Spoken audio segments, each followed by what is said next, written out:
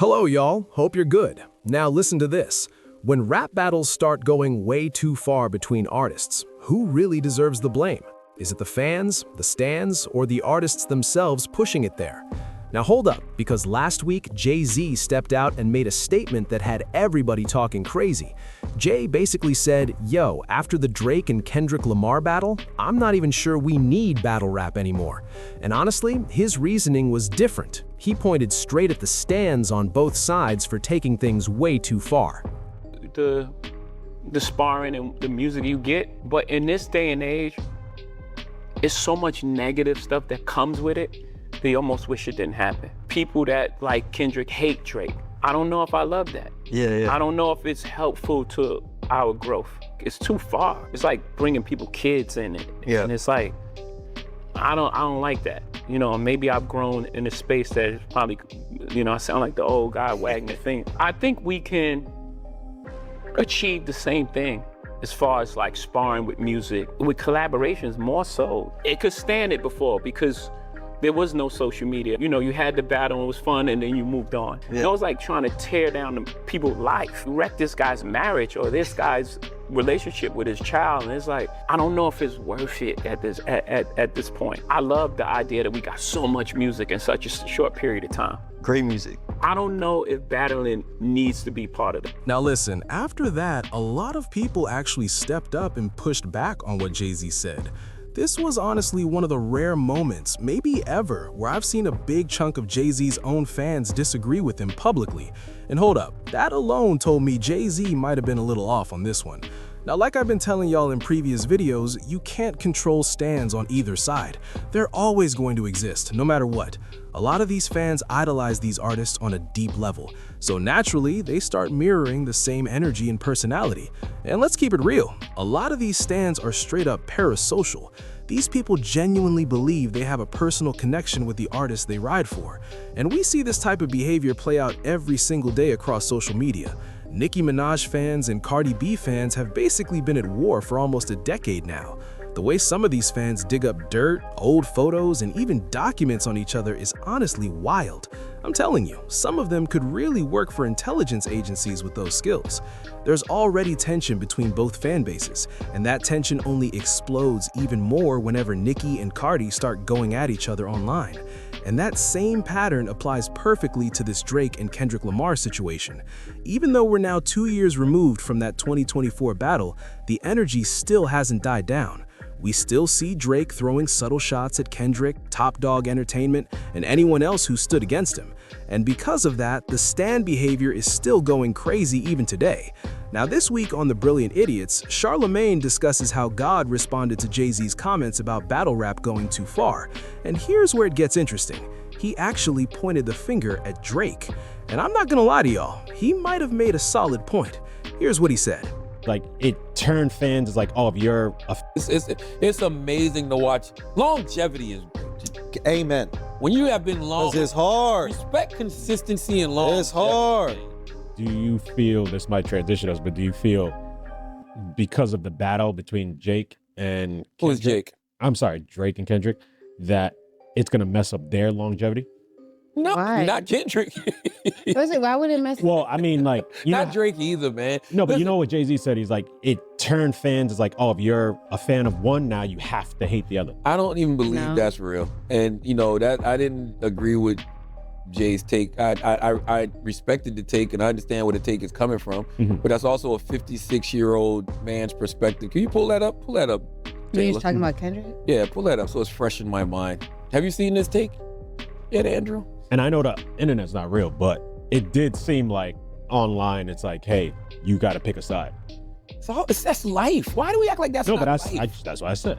I think I'm just looking at my kids' generation, so people, you know, in their late teens, early 20s now, Drake's undoubtedly the biggest artist of their generation. Yeah. There's nothing that's going to happen in any way is going to ultimately change how they think It's a about 1A, 1B, guys. Like, stop.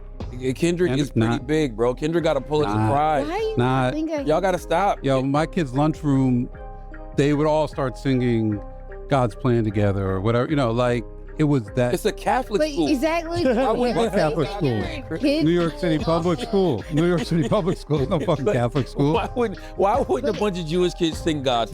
Now What it's are a we Jewish talking Catholic about? school. So yarmulkes and plaid skirts. I want to go to this school. I gotta check it out. Well, But maybe that's 'cause kids are. maybe LA is like that for Kendrick. The world is like that for Kendrick. Yeah. Why do y'all act? Listen, there was a time where Kendrick Lamar had the highest grossing tour of a solo rapper ever.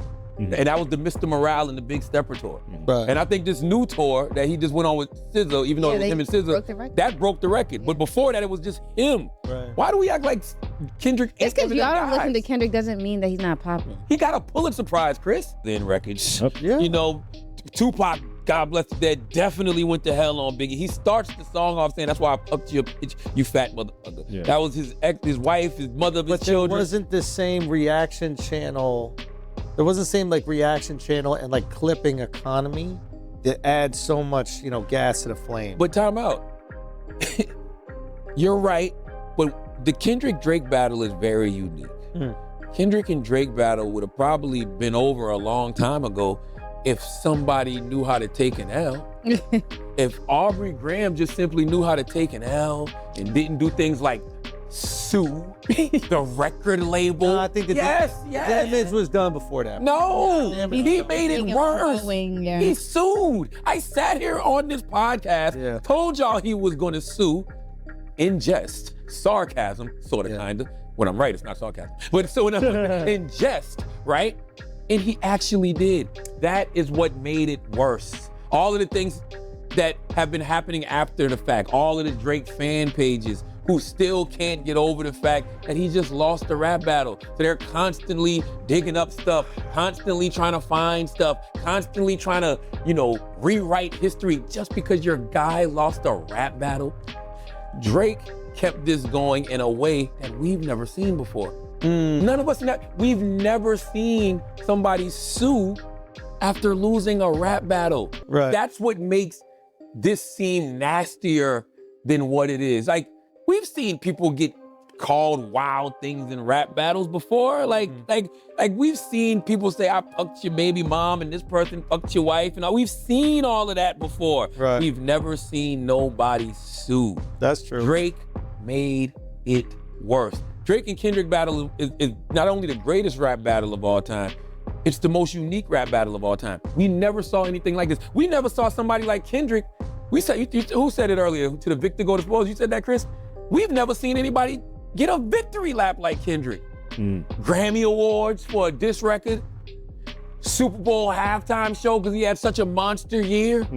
Followed up his diss record with an album, GNX, that was critically acclaimed and commercially successful. Go on tour around the world with the biggest R&B artists and fucking perform these records everywhere. Kendrick spiked the football 1 million different times. You never saw anything like this, guys. Like that, like Jay can't even compare this battle to anything. There's no comparison for this. And I know we're talking about the tech, and that's the other thing. He didn't acknowledge the artist in this, other than to say, yo, you might like this song, you might like that song. Both of these guys went to hell on each other.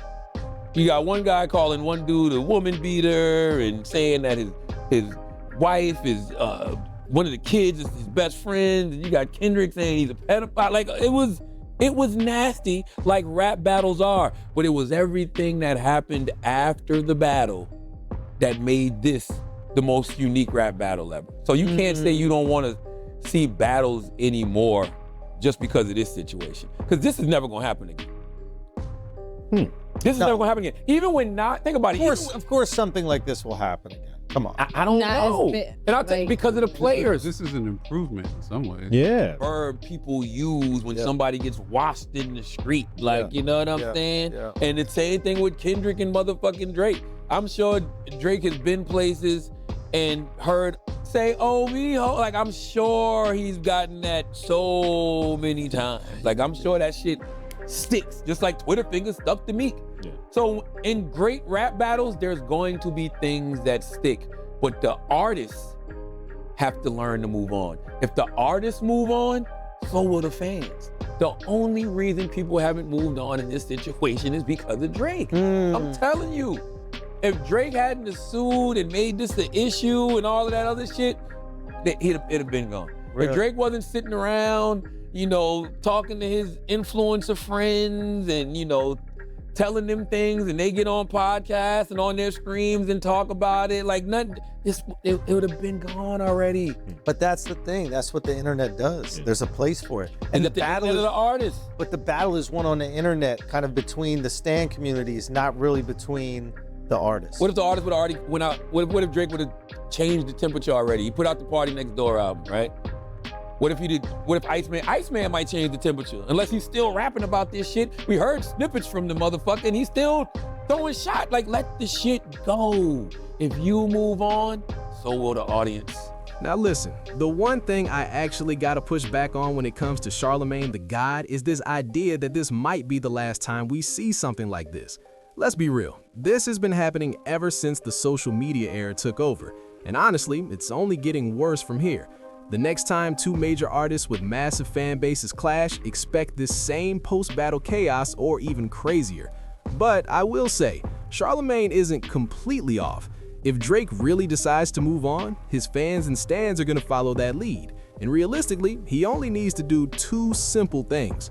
First, stop feeding media personalities any talk about Kendrick Lamar or Top Dawg Entertainment. Second, get back to making the kind of music he was dropping before that 2024 battle. Once you stop mentioning it, Drake, watch how fast the conversation dies down. Now that's assuming he even wants to move on, because for all we know, Drake might still be looking for payback after 2024, and that's exactly why I told y'all before. Iceman could end up being a defining moment in his career. This project is going to reveal everything, how he's feeling, where his head is at, and what direction he's choosing after this battle, and more importantly, whether he still wants that so-called round 2 with Kendrick. Personally, I just want to see Drake get back in his melodic bag. I want to hear him rap like he's actually enjoying the process again. Fans can always tell when the energy is genuine, and trust, they can also feel when an artist is still bitter about taking a loss. Listen, drop your thoughts in the comments below. What do y'all think about Charlamagne basically telling Drake to move on and stop taking shots so his fan base can finally move on too? And if you rock with this kind of content, make sure you subscribe and stay locked in.